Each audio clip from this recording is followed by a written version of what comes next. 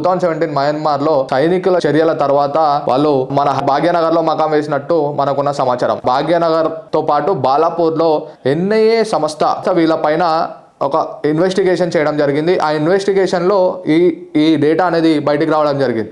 భారతదేశం మొత్తంలో 40,000 మంది రోహింగ్యాలు ఉన్నట్టు NIA సంస్థ మనకు ఒక లేఖ బయట పెట్టడం జరిగింది.